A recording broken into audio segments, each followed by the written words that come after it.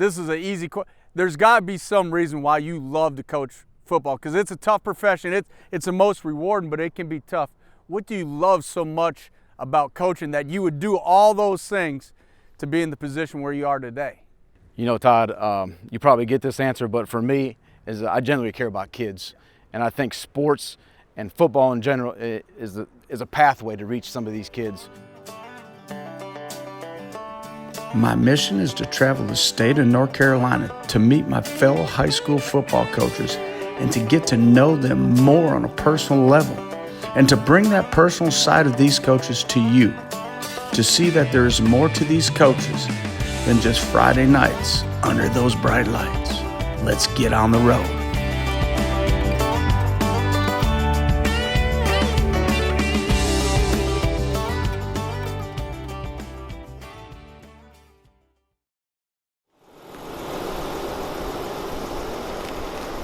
Hey, Coach Willard here. We're going to be traveling the roads in North Carolina to bring you a closer look to all these guys making all these decisions underneath these Friday night lights. Today we're heading down to Davie County, to War Eagle Country, to meet up with their head man, Tim Devericks. Coach Devericks has been there for 4 years and has won 20 games. So let's get on the road and learn a little bit more about the man leading the ship in War Eagle Country. Let's go.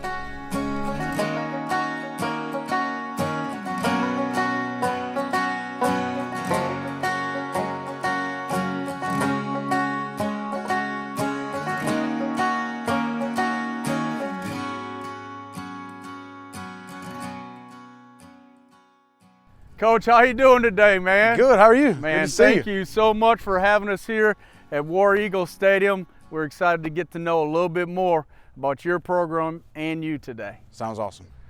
All right, Coach, so I'm just going to tell you, I wanted to meet here at your old stadium. I've never had the honor of playing here or even seeing it. This is the first time I've ever seen this place, and it is awesome. What's going through your mind that we're here today as you look around and stuff? Well, number one, a lot of history, a lot of tradition. You know, they've upgraded the surface here to some field turf to take advantage of the park and everything. But just a lot of history, a lot of tradition, a lot of great memories. I mean, this place is beautiful. The turf and all that. I bet you'd like to have this turf over at your place. Yeah, it'd be awesome. It'd solve a lot of headaches and scheduling issues. Sure. Now, the first year you became a head coach, a lot different than most of us that take over a program. You took over midway through the year, and it was here. So you kind of got your first head coaching gig here, and you got to close out this historical place that season. What was that like to have that, to be part of this, and now the new part too?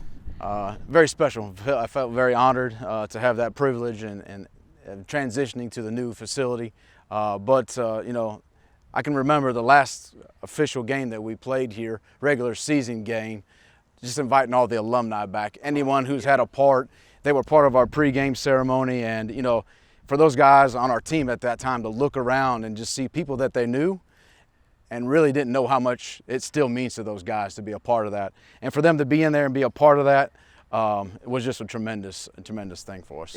People just don't understand how special Friday Night Lights are, do they? No, they don't. And you know, old people, you know, 60, 70 years old, it's still running. Like, there's something wrong with them right now this time of year because they want to be at a football game. No, hey, me, you, everybody does. So tell me this now too. So something just a little interesting twist, kind of a lot like me. We're not born and raised in North Carolina. Can you tell us kind of how you got to Davie County, and you're kind of a transplant like me here in North Carolina? Yeah, so I graduated. I was in a job fair and started talking to this guy at a booth.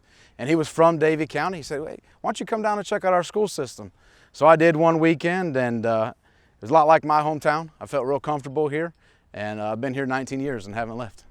Been here, it's all started that way, huh? A job fair. A job fair. Up in Ohio. Northeast Ohio. Wow, that's a crazy story right there now. It is, yeah. All right, man, we saw the old place. Let's get in our cars and let's go head over and go see your new place. Sounds great, let's do it. Let's go, man.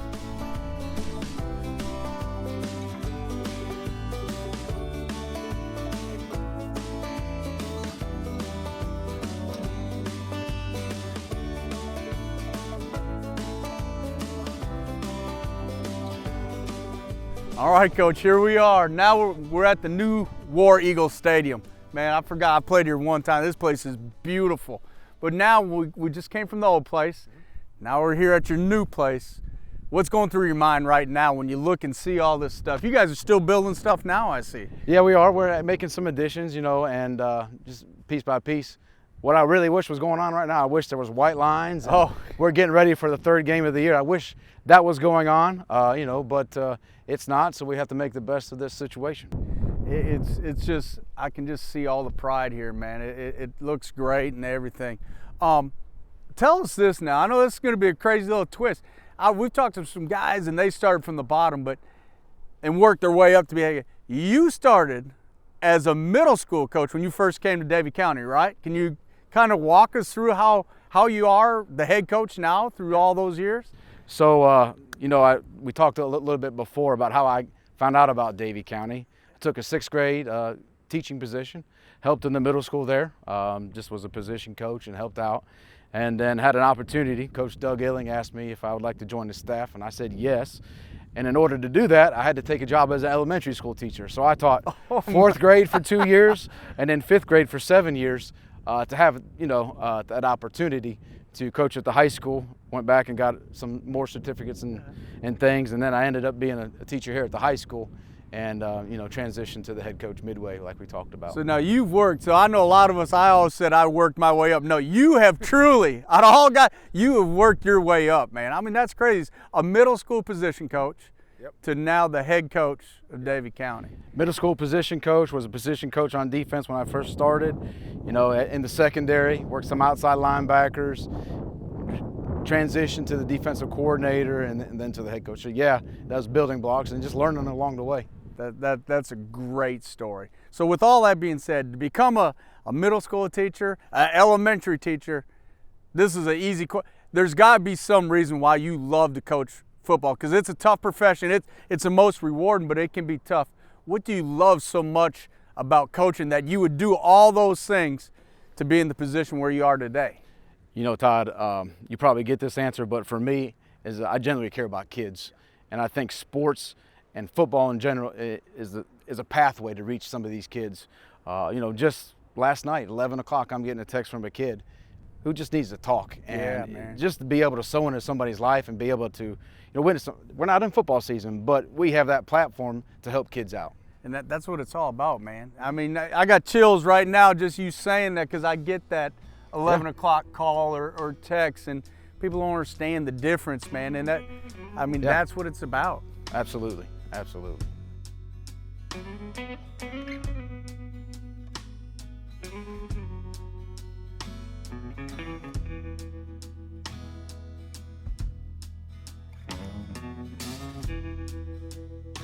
All right, now we're at Davie County, so an old friend of mine, he's not a great friend of mine, but a guy I really respect, Doug Illing, and I heard you talk about him a little bit in the last segment.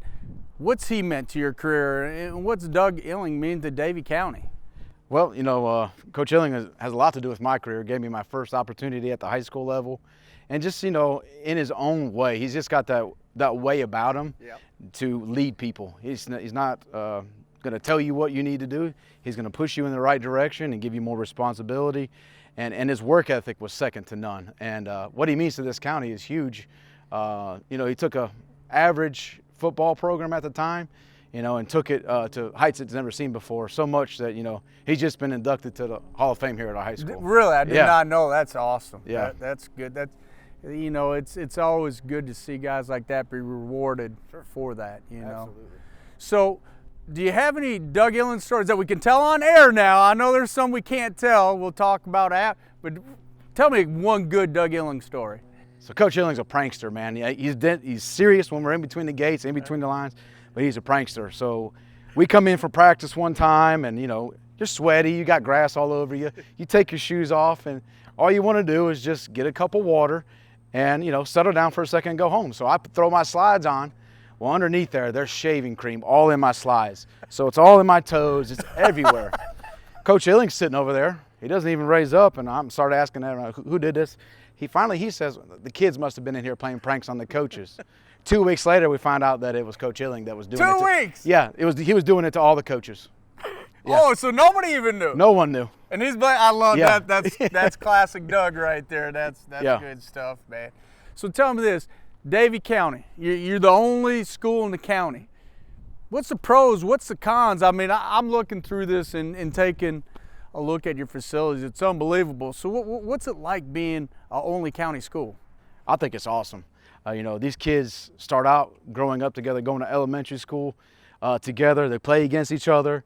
They go to, you know, all the middle schools here in the county feed here, and everyone knows everyone. It's a sense of pride and community and family. Family is just big here in our county, and just growing up and playing together and working for something together is kind of the Davie County way.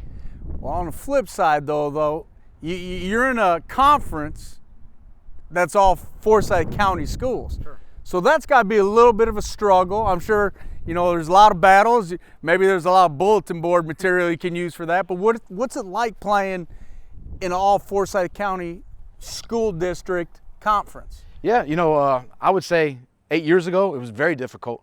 You know, just the quality of athletes and things that were going on, and you didn't really know. So you talk about bulletin board material, yeah, that was a big deal. Because, you know, we kind of felt disrespected because we weren't part of the county. But nowadays in social media, you know, we got guys from our team that hang out with guys from your team. Yeah. And so I don't think that big, huge rivalry is kind of like it used to be, just because they know each other so well. They do, but there's no doubt it's got to be tough. I've sat in some of those meetings. Those all conference meetings can get a little rough on you, right? Yeah, I mean, sure. You know, it's rough on all of us, but, Yeah. you know, I think you're right. I've only been playing Davie County for 2 years, so I didn't know much about it, and to be out here, it's unbelievable. Yeah, thanks for having us, and thanks for coming out and taking a part in this. It's awesome.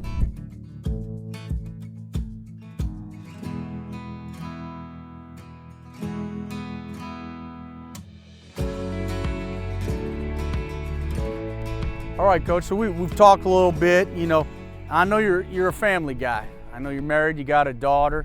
A lot of people don't understand there's a lot of benefits of being a coach's family, but there's some tough things. Can you kind of, you know, tell me both sides of it for your wife and your daughter, the goods and the bad of being part of a head coach's family? Sure. You know, it's a calling for her too. I believe it's a calling for your wife to be involved. Doubt. You know, she cares about.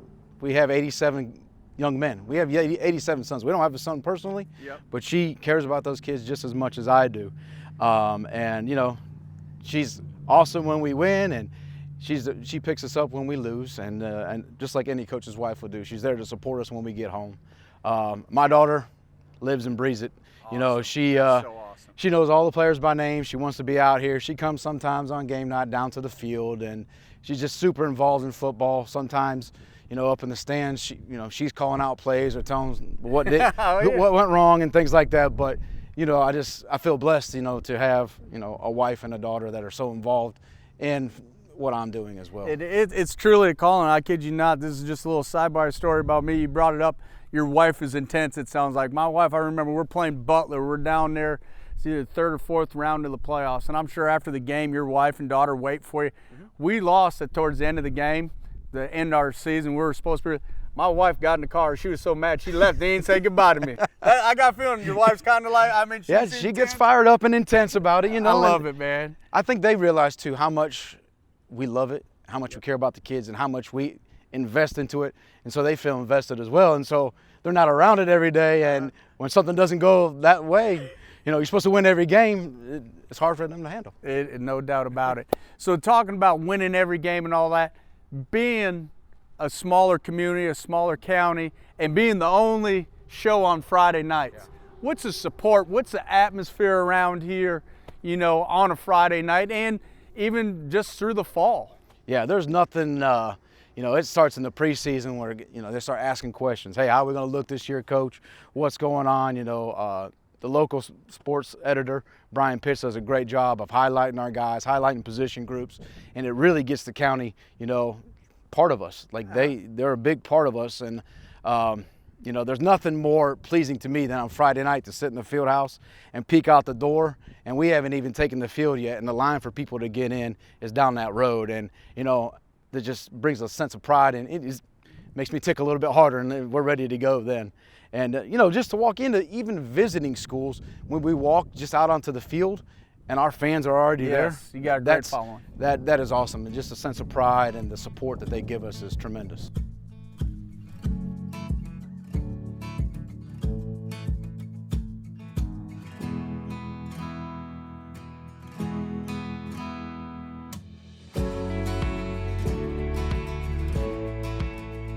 All right, Coach, we're going to go into segment here, and we're going to walk down. We're 2-minute drill, okay?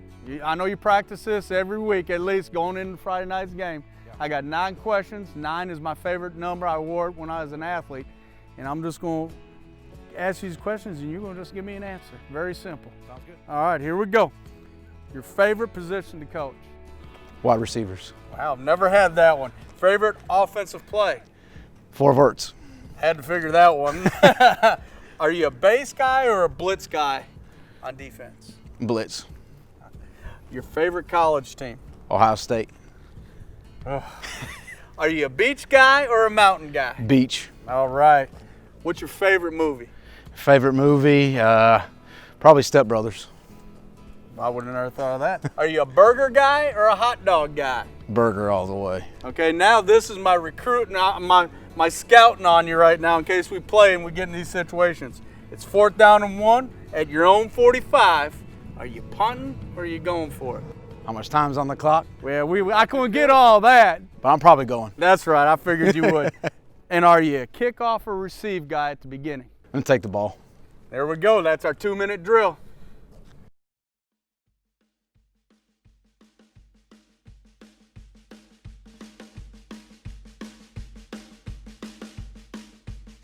All right, Coach, so we're going to go to our coach's challenge. Basically, we're going to do like a coffin corner kick, all right? So we use my daughter, and you'll appreciate this because of your daughter, I know you do. That's my daughter's hula hoop out there. We've been using this for the coaching challenges.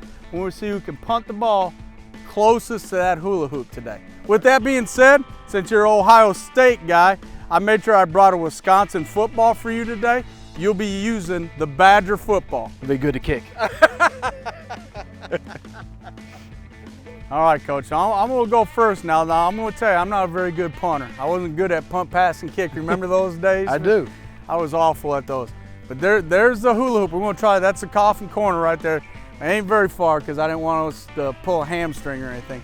But we want to see who can kick the ball and be the closest to that hula hoop, all right? All right, here we go. Uh-oh, that's better. Bounce, bounce. Oh, no.